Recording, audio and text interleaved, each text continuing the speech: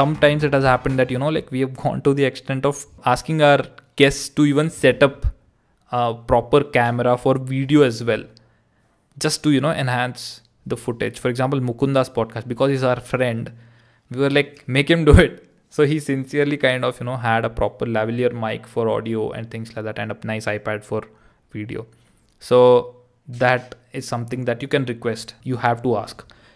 And coming to the Zoom recordings, there is one important point. So if you want your podcast to be in little high resolution, make sure that you tell them to go to Zoom video settings and increase the video quality to HD. And also there is some low light setting that you can check. And also there is like a face touch-up thing. So face touch-up thing I would not recommend, but if you feel it's required, you can go for it.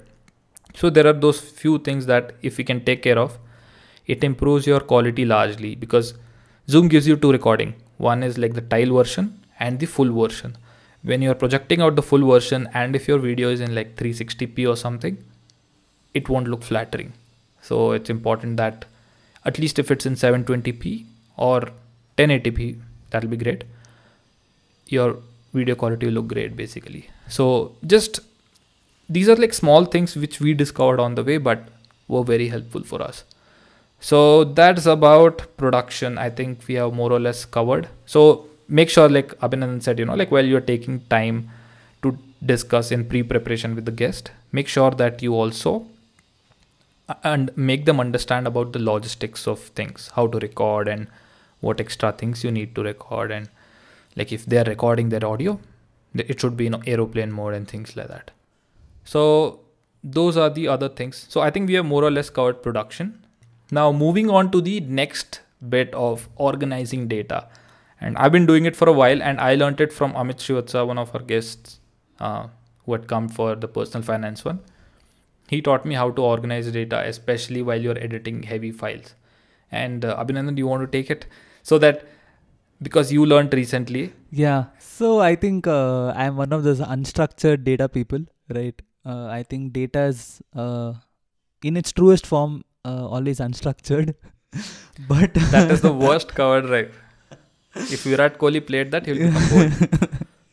But I learned how to structure my data, and I've still not been up to mark, but I'm getting there. Yes, I'm coming. So okay. Get to the point. Yeah, so I think generally to kind of dwell more into a detail, right? I have 3 files, and this is for the editing aspect of it, right? I have 3 files. First is a source file wherein it's just a data dump, right? In the source file, it's all over the place, right?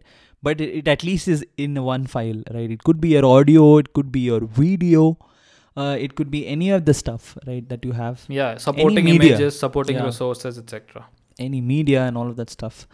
The second is your work file, wherein things like your wave. So I am recording using Adobe Audition. You could record using Adobe Audition is a software. I'm sure a lot of you know. You could record using Audacity. Audacity is a free software, right? So all of those working wave.wav files, right? You can put it over there, right, in your working space. And then also in terms of video, what is your video files which you're working on using in terms of the editing software. So we use Premiere Pro. So that Premiere Pro work project would be in your work file. And then the third file is the final file, which is your final output, right? So you might have a lot of output, right? But what is the final one that's going? You got to keep it in the final folder or the file. So I think why is it important? Because whenever you kind of go back and you want to get the final output, it's all in just one place. It's not cluttered. You don't have to search, right, in a mine of data, right? That's so important. Organizing these 3 things. I mean, we organize in these 3 specific folders, the source folder, the work folder, and the final folder. And it's proved to be effective. You guys might have your own stuff. Actually, I've realized that, I've worked with editors and all, and everyone, whoever is structured and who has been working in this field for a long time, they follow this kind of setup because it saves them a lot of energy, a lot of time, and organizing is like super important, especially when you're dealing with heavy files.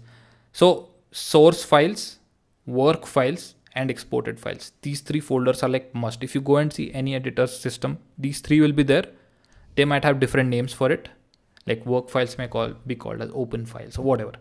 But these three are like super important. It should be like the mantra.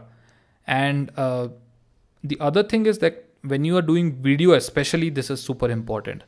Audio, yes, it is important, but since the files are not like super heavy, but for video podcast, like this is like super important. The other thing that I wanted to talk about was organizing data. When you're organizing data and when you have a large amount of data, so you need some storage device, right? So pen drives and internal hard disks will not do sometimes. So you might need an extra SSD or a hard drive just to store your files. So make sure that you're doing well storage wise as well, especially when it comes to video. I think organizing data is like the prerequisite to your edit itself, right? So that brings us to the next huge section of editing. And so far for the bigger episodes, I've been editing, and Abhinandan has learned editing, and he's starting to work on the shorter bits of the video. So it's like really important that you kind of divide the load. I think I'll take up this section. So the pro among us maybe, but okay. So basically in editing, I edit in Premiere Pro, and so does Abhinandan. You can edit in FCP, Movie Maker, and things like that. Even Anchor, the app by Spotify for the hosting app, basically they have an internal editing software which Abhinandan will touch upon in the distribution and hosting section. So while rendering, basically while editing the video podcast, the method that I use is multicam editing. So what I do is I bring all the audio and video files in my source file. Then I create a Premiere Pro work file. Then I bring in all those things. I import all of those files in the Premiere Pro. And then I synchronize all the things. And then once all the audios and videos are synchronized, we'll get a 6-7 layers almost, 3 audio layers, 3 video layers and all that. We should not get panicked. Good thing is that they're synced in terms of audio. Okay. Now next thing is that I use the multicam editing feature of Premiere Pro, which allows you to shift from one screen to another screen. And that has saved me like so much time. I'll make a elaborate episode on, maybe a short or a tutorial on multicam editing itself. So sometime in the future, I'm going to talk about it. So multicam editing is very helpful for editing podcasts. And once the podcast is rendered, the other thing is we have to figure out an intro and an outro. For example, we have this intro and the outro.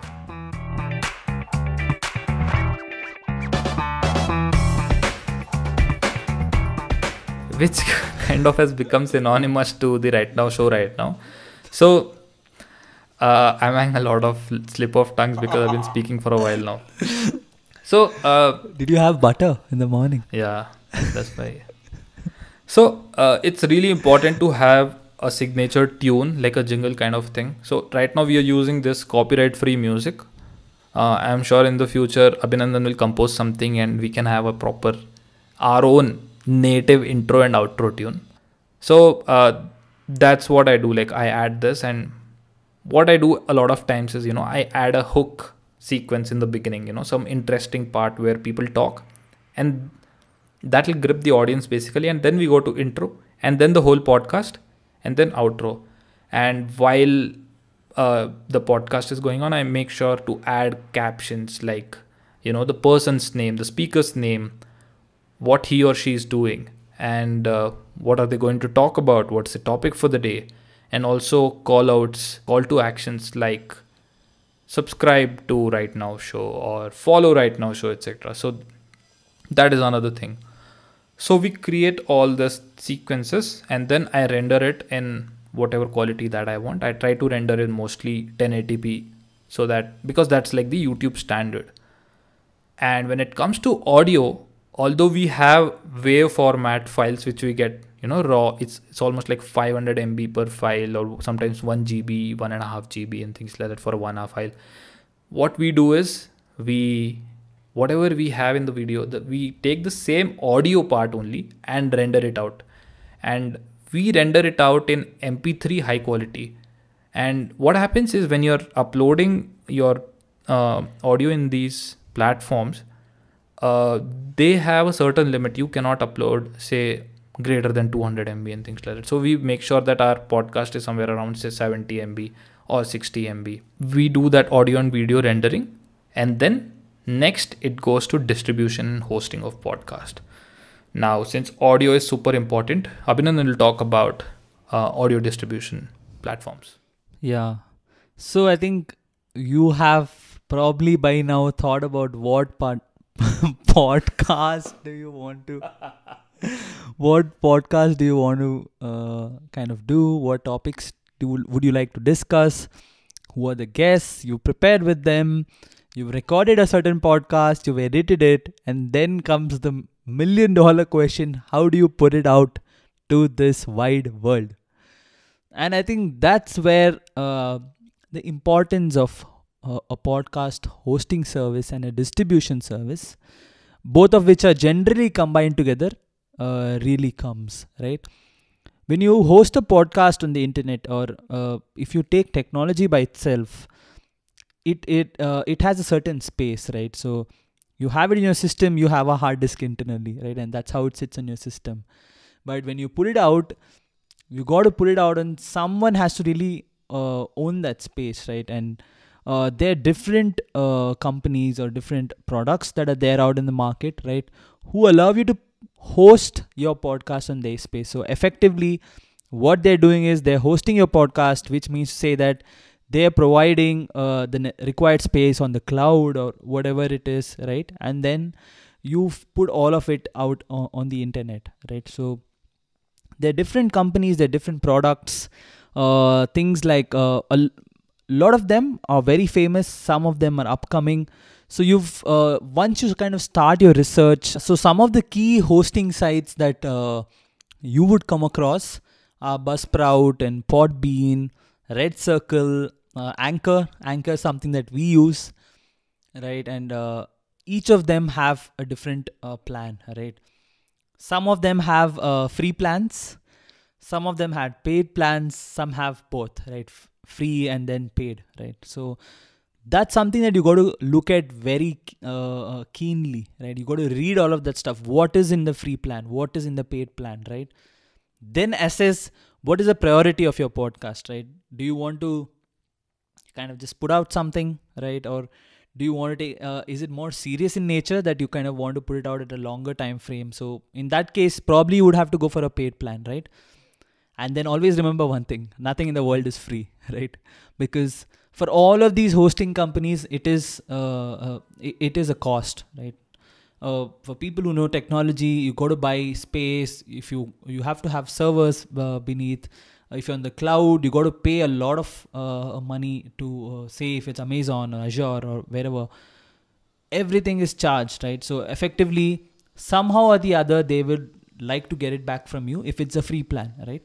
Yeah. Some of them have metered. So there are key concepts that you need to understand in terms of what is the bandwidth, right? What is the storage? Some of the free plans will say, hey, look, in a month, you can just put only 5 GB worth of storage, right? Only 5 GB worth of podcasts. Some might have lesser. Some might have the limit or cap the number of users who can listen to it or download the podcast. So those are things that you need to keep in mind, and you got to read, right? Yeah. And then based on your reading, based on your research, also matching all of that with your priorities, you got to come at a conclusion saying, where do I really go ahead with this, right? Also keep in mind, you can start off with one place, right? You can start off with one hosting service, and then you can, if you're not satisfied for whatever reason, you can move to some other hosting service, right? So that's something you can always keep in mind, and that's easy. So the movement is easy. All you need to do is provide the RSS feed link. So RSS feed, I think that's a very key concept that you would read everywhere when you're looking at all of these things, right? it's kind of a key to your podcast, right? So it's a URL, unique link that's yeah, given to you. Yeah, exactly. Yeah, by your podcast hosting service, Yes, right? by So your podcast hosting service. in terms of when you're shifting podcasting hosting services, they'll ask you, can you give us the RSS feed link? So once you put that, they would import all of your podcasts within a span of like minutes, seconds to minutes, right? So that's what is important. And then they create a newer link and give you, right? Yeah. They'll have a new link. And this is the bridge between hosting and then distribution, right? The RSS feed. So a lot of these hosting services that you have would automatically have tie-ups with certain distribution partners. Say Spotify is one, Apple podcast could be the other, Google Podcasts, right? And some other podcasts, like in terms of some radio, some whatever. Music listening apps like Wink, JioSaavn and all that. Yeah, so they'll have their specific, they'll have their number of apps, right? Yeah. But it's generally what you observe is it's limited, right? So the ones that they automatically put out, by automatic, I mean you upload your podcast to the platform, right? Wherever you upload it, right? And then it'll automatically distribute. You don't have to say, oh, distribute to this, right? But then there's also a set of manual distribution links. So things like recently what we did is back in here in India, one of the most famous music apps right now is JioSaavn, right? The current platform that we have doesn't automatically distribute it to JioSaavn. So what you have to do is go to JioSaavn, go to their website, open the podcast, right? Log in there, create a login, create your login dashboard, then put your RSS feed link there, and then they'll pull it, all of that. So I think that's a whole process. You need to understand what goes into an automatic distribution, what are the apps that are covered under automatic distribution, what are covered under manual distribution. Yeah. And in things like certain apps like Podbean, for example, they would distribute it automatically to all of the other music platforms, like streaming platforms. But I think Spotify is a paid feature, so it's not in the free. It's not in the free plan that you get. So just keep in mind all of those things. And when you're talking about distribution, you gotta keep in mind. So one thing that Abhinandan mentioned, that Spotify's paid feature. What he meant was that for Podbean hosting website, if you want to distribute your podcast into Spotify, then that is a extra feature or a paid feature. Yeah. So, but in the current platform that we are on, Anchor, that is obviously included. So Anchor is a free platform, and it is by Spotify. Yeah, it's by Spotify, right? It's a free platform, and then you can just, as and when you upload, it kind of just updates on Spotify or in Google Podcasts, so you can listen to all of that. So just keep in mind all of those specific things in terms of, first is choosing the right podcast hosting service, right? Second is distribution. So these two things are your key. And why I say key is, you can do all of it, you still have it in your system, right? When you got to put it out to the world, these are what really carry your podcast like a ship across the ocean. They are the ones that carry it and distribute it out across to the world, and that's how you hear. And a lot of these hosting services have dashboards. Some free ones have a less data dashboards. I mean, by less, I mean less informative ones. You could have like 3-4 data points that are showing, but some have extensive dashboards in terms of what's the age group of the users, right? Are they male and female, the genders, like, or how much have they listened to, right? What are the key platforms are they listening on? Are they listening more on Google Podcasts or Spotify or Apple, right? And you can have n number of data points across the last 1 month. How has been the listening pattern, right? And a lot of those things you can have interactive and advanced dashboards. So that would be a key input for you to take it back and really do the rest of your podcasts. I think for beginners who are just starting out, kind of similar to us, who are not immediately at least looking for some kind of monetization of podcast, Anchor by Spotify is a great place to start. So the thing is, Anchor has a great software itself where you can edit your audio You can in fact record your audio. Correct. You can edit it out. You can put music intro, outro, and you can publish it. Like, is that one-stop destination? So you don't need the whole editing thing that I was talking about and production setup and things like that. Yeah, you still need a good mic or your phone, but it makes the job much more simpler. We actually, while doing the research, Abhinandan found this one sheet which had all the information on it. So we'll be sharing that one sheet in the description. So please check it out. It's really helpful. Some guy, kind of compiled all the different podcasts and what is the subscription cost, what are the pros and cons of each. So that was really helpful for us. So yeah, some things might have changed in that and some new players might have come in, but it's a very important kind of helpful one sheet. So please check it out. Yeah, and also I think a key thing is a lot of these hosting services, some of the free ones, they have the right, because they're giving you everything free, they have the right to insert advertisements into your podcast. Yeah. Right?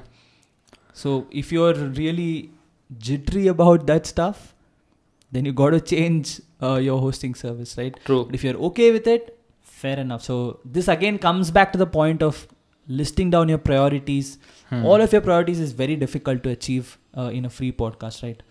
Maybe if you pay like the maximum, you can get all of it ticked out, but you gotta do the cost and benefit analysis. I think we can have another full-length podcast about just hosting and distribution, because there is so much information and there are technicalities involved, because you have to do a lot of research, and we have done a lot of research. Actually, he has done the major research in terms of audio.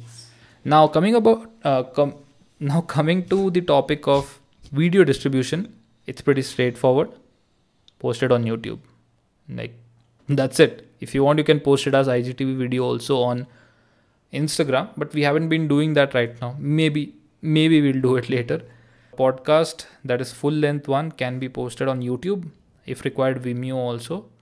So that is the thing. And still we are yet to figure out how to post a video podcast on Spotify, because someone like Joe Rogan, etc., they have a video podcast. So we are no Joe Rogan, but we are Joe Rangans. Okay. Now, moving on to the final bit of today's podcast, that is, the platforms that you have are distributing your podcast, but there has to be some marketing done by you as well, right? You can't just simply leave it. You're no Joe Rogan. In fact, even Joe Rogan does marketing for his podcast. He puts it on his IG and things like that. So I think the simplest way that you can market your small podcast is start with family members, because that is the group that's always, that'll always support you no matter what crappy content that you put out. They will watch because they'll know that, oh, he's our guy, kind of a thing. So that is an advantage. But eventually, the goal should not be to just stick to that. You should kind of move out and find your audience globally, if possible, or regionally. So the basic thing you can do is put up some nice Instagram stories and some Facebook stories, and even even on WhatsApp status, because a lot of like our views comes from WhatsApp status. So it's like, okay, we are in that state now, because 100-200 views, and yeah, we're grateful, but that's the truth. It's coming from WhatsApp. You have to have some creative posters and stories. So what has been super useful to us? Canva. It's poor man's Photoshop. Yeah, but I think it does the job, basic job it does. Maybe you can start off with Canva, but eventually once you get very serious, I think Photoshop is the place to go, right? True. Not the actual shop which is selling photos on in the road. Wow, sir. But wow. Adobe Photoshop. So Canva has templates, and you can do a lot of stuff. You can create a lot of stuff too. And Canva does a good job. Yeah. Okay, designers, forgive me, but designers hate it, by the way. Okay, most of them. But Canva, it does a decent job. I won't say like the best and all, but decent job because they have so many templates, because it's been created by some really good designers, right? So it does the job for you, and you can have one template of a thing where you post every week saying that, hey, you know what, new podcast is up, and you can put the photo of the guy and have some nice designs on the side and text, some clickbait stuff like we did for the Poop podcast and things like that. And apart from that, you can, if you have video editing capabilities, then in that case you can as well create some trailers, some short form video content, just to teasers, just to create that excitement and hype around your audience and your future audience. And I think reels are doing great these days, and better capitalize when the wave is on, because it'll be a matter of time when algorithm will change and Zuckerberg will decide something and he's like, no, let's cut it. So I think, that's more or less about the whole podcast masterclass. Not like a huge podcast, but to begin, if you want to do it seriously, then I think these are the steps, just to rephrase the steps. First thing is be clear about these three things: objective of your podcast, your target audience, and then the whole format itself. And then think about pre-preparation, where you identify your guests and identify the hosting and distribution platform. Then preparation and setup itself, where you talk about structure, topic, and audio, video setup, etc. And then comes your production, how you're going to record stuff and how to get the best output possible for your video and your audio. And that is followed by organizing data and editing stuff, and which is followed by your distribution, which Abhinandan talked about, the channels of distribution and the technicalities of it, and podcast hosting services, audio and video, and most importantly, marketing. So that's the podcast masterclass from the Right Now show. But I think what you need to keep in mind, we live in a world where it's very result oriented, right? And where everyone is really looking at how many views, how many likes, right? Don't get battered by less views or less likes or less listens, right? Because the more you put out stuff, the more better you become, right? It's something that you learn. This is something that you wanted to do, put out stuff, right? Think of it that way. Eventually, once you get so good, I think there's a quote which says that hard work can never be ignored, right?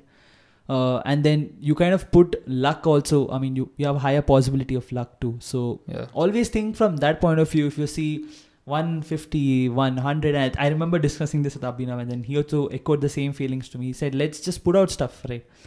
And from that day, it's just been putting out stuff. Do the stuff, right? Do the marketing, do whatever it is, right? But don't always have that expectations, right? And I think MKBHD famously said this quote saying, expectations are a thief of joy. So don't expect, put out good stuff. You get better and better. And I think someone else said, the actual quote is comparison is the thief of joy, right? I don't know. I just saw it in one of these YouTube, and it just made so much sense. Yeah, right? Both are true. Yeah. The more you expect, and you'll be like, oh, I didn't get this much. I didn't get these many views. I expected it. Yeah. Believe me, you will not get in the starting. You will just get because your friends and family are watching it, right? True. And especially in a place like India, very important. We are a country with we're a multilingual country, right? And not all of it, everyone is really well learned or can speak English really well, or I mean, can talk well. Yeah. Vernacular stuff also, if you're putting out, it's not very easy to, get your audience. Yeah. Definitely you'll get, but I think initially it's all about consistency. To put out content, try to learn from whatever you have done and try to reinvent yourself, kind of make it innovative. Yeah, that's all there in the process. But I think if you do it for the love of it, there will be consistency, and consistency has the compounding effect. So power of compounding, guys. Yeah. It's But I think that being said, unlike US, I think you'll be seeing, Joe Rogan got 100 million deal and all. That's easy because their whole country is English speaking, and the podcasting itself by people listening to the audio or consuming the audio format itself is really high. Yeah. But that being said, in India we're catching up, right? So people like Spotify are doing exclusive deals. They've done one with Beer Biceps and a lot more people.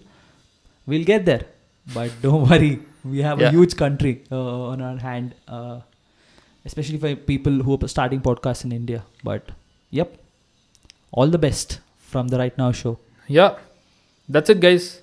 So I think it was too much talking in this episode. Ah, man, back is paining. Until next time. Until next time, take care. And wait, where are you going? Subscribe, guys. Subscribe to me. Subscribe to Abhinandan, please. Yeah, we'll put our channels in the description. Yeah. Please just go click that subscribe button.